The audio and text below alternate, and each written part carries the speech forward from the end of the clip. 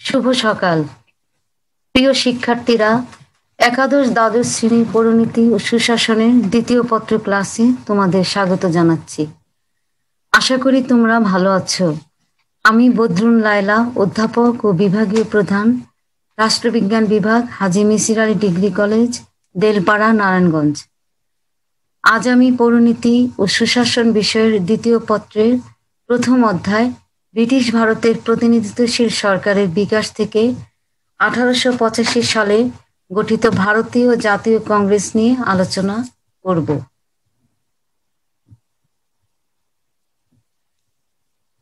ভারতীয় জাতীয় কংগ্রেস হচ্ছে ব্রিটিশ ভারতের সর্বপ্রথম সর্বভারতীয় রাজনৈতিক সংগঠন। কংগ্রেস প্রতিষ্ঠিত হয় 1885 সালে 28 ডিসেম্বর। 72 জন প্রতিনিধি সমন্বয়ে বোম্বাই শহরের গোকুল দাস তেজপাল সংস্কৃত কলেজ হলে অনুষ্ঠিত অধিবেশনে ভারতীয় জাতীয় কংগ্রেসের জন্ম হয়। এটি ছিল সর্বভারতীয় প্রথম কোনো রাজনৈতিক সম্মেলন।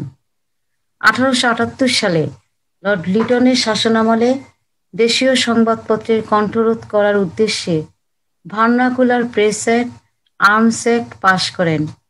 সুরেন্দ্রনাথ ব্যানার্জির নেতৃত্বে ভারতীয় জনগণ এর তীব্র প্রতিবাদ জানায়।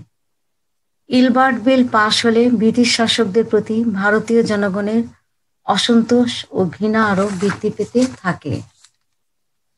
এ সময় অ্যালান অক্টাভিয়ান হিউম নামে একজন সাবেক ইংরেজ প্রশাসক ভারতবাসীর অসন্তোষ প্রশমিত করার জন্য একটি রাজনৈতিক দল গঠনের উদ্যোগ নেন।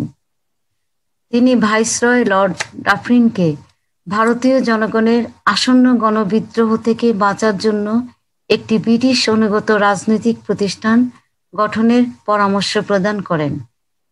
এ সময় ভারতীয় শিক্ষিত হিন্দু মধ্যবিত্ত শ্রেণীর একটি রাজনৈতিক সংগঠন সৃষ্টির চেষ্টা চালাচ্ছিল।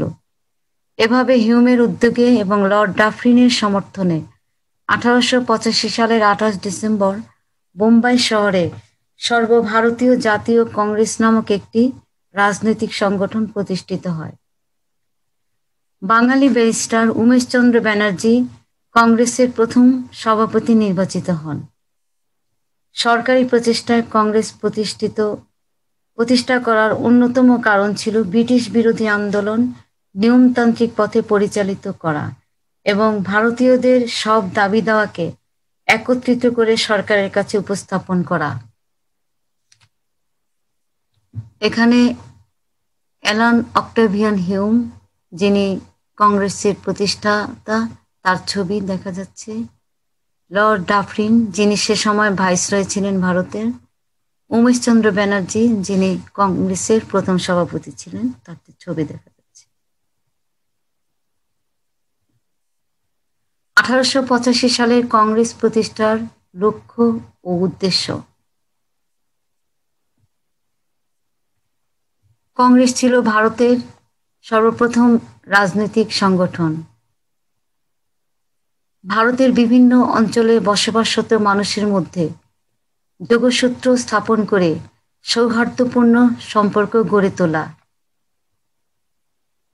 জাতি, ধর্ম, বর্ণ, গোত্র নির্বিশেষে সংকীর্ণতা দূর করে জাতীয় ঐক্য সৃষ্টি করা, বিশিষ্ট জ্ঞানীগুণী ও রাজনৈতিক ব্যক্তিদের সাথে পরামর্শ করে ভারতের জনগণের সামাজিক ও রাজনৈতিক সমস্যাগুলোকে চিহ্নিত করে তা সমাধান করা, আগামী 1 বছরের মধ্যে রাজনৈতিক অগ্রগতির জন্য কর্মসূচি গ্রহণ করা।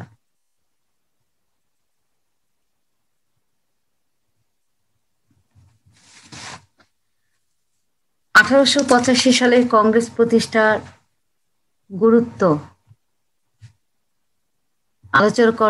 আলোচনা করার আগে আমি এর কিছু কার্যাবলী নিয়ে আলোচনা করছি। 1885 সালে জাতীয় কংগ্রেস দলের প্রতিষ্ঠার পরপরই এর কার্যক্রম শুরু হয়ে যায়। কংগ্রেসের যে কাজগুলি উল্লেখ করার মতো ছিল সেগুলো হলো 1891 সালে কংগ্রেস উচ্চ হারে রাজস্ব ধার্য করা এবং রাজস্ব আদায়ের কঠোর পদ্ধতির প্রতিবাদ জানায়। কংগ্রেস প্রশাসনিক ব্যয় হ্রাস করা এবং ভারতীয়দের প্রশাসনিক কাজে নিয়োগ করার জন্য সরকারের কাছে জোর দাবি জানায়। কংগ্রেস ভারতীয় জনগণের বেসামরিক বা সাধারণ অধিকারের সুরক্ষার জন্য গুরুত্ব আরোপ করে। এ লক্ষ্যে দলটির নেতৃবৃন্দ জনগণের বাক স্বাধীনতা ও সংবাদপত্রের স্বাধীনতার উপর জোর দেন। যে কোনো অজুহাতে জাতীয় নেতাদের কারারুদ্ধ করার তীব্র প্রতিবাদ জানায় কংগ্রেস দল। ভারতীয়দের স্বার্থে জাতীয় কংগ্রেস সরকারের কাছে কতিপয় সংস্কারের দাবি উত্থাপন করে। এই দাবিগুলো ছিল কেন্দ্র প্রদেশের প্রতিনিধিত্বমূলক কাউন্সিলের মাধ্যমে স্বায়ত্ত শাসনের প্রসার ঘটানো, ভারত প্রশাসনের তদন্তের জন্য একটি রাজকীয় সমিতি নিয়োগ করা, ভারত সচিবের পরামর্শ সভা বা ভারতীয় কাউন্সিল বিলুপ্ত করা, কারিগরি ও সাধারণ শিক্ষার প্রসার ঘটানো, ভারতীয়দের সামরিক শিক্ষা প্রদান এবং সামরিক খাতে ব্যয় হ্রাস করা, কেন্দ্রীয় আইনসভায় নির্বাচিত ভারতীয় সদস্যদের গ্রহণ করা, ফৌজদারি বিচার সংক্রান্ত ব্যাপারে নির্বাহী ও বিচার বিভাগের পৃথকীকরণ, ভারতীয়দের সিভিল সার্ভিসে অন্তর্ভুক্তকরণের লক্ষ্যে এখানে ইংল্যান্ডের মতো সিভিল সার্ভিসের পরীক্ষা গ্রহণ, উচ্চ পদে অধিক সংখ্যক ভারতীয় নিয়োগের সুযোগ দান প্রভৃতি।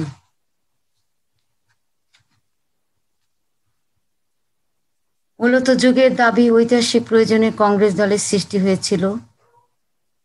কংগ্রেস কালক্রমে ভারতের জাতীয় নবচেতনা এবং ভারতীয় জনগণের রাজনৈতিক আশা আকাঙ্ক্ষার প্রতীক ও স্বাধীনতা সংগ্রামের মূল হাতিয়ারে পরিণত হয়।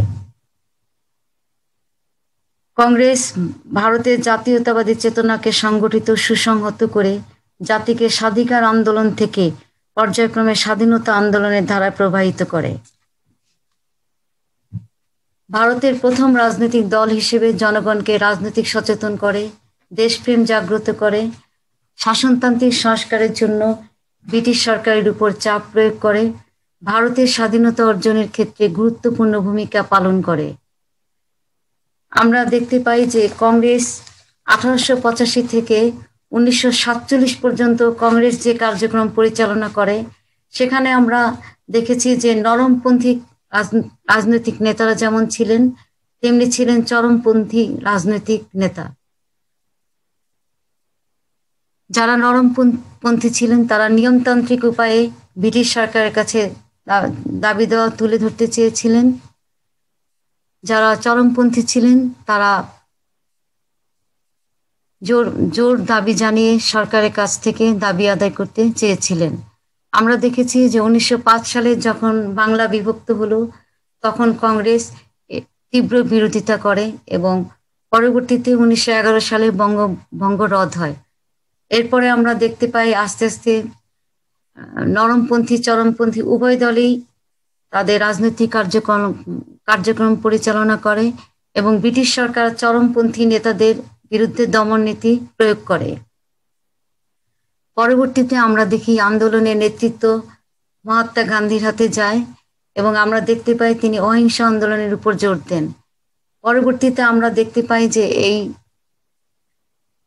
রাজনৈতিক দলটি একটি জনপ্রিয় রাজনৈতিক দলে পরিণত হয় এবং এই দলটির মাধ্যমে আমরা দেখতে পাই 1947 সনে ব্রিটিশ শাসনের অবসান হয় এবং ভারত স্বাধীনতা লাভ করে এবং ভারত থেকে ব্রিটিশ শাসনের অবসান হয় এবং ভারত ইউনিয়ন ও পাকিস্তান নামে দুটো নতুন রাষ্ট্রের সৃষ্টি হয়। প্রিয় শিক্ষার্থীরা, আমি সংক্ষেপে কংগ্রেস সম্পর্কে ধারণা দিতে চেষ্টা করেছি।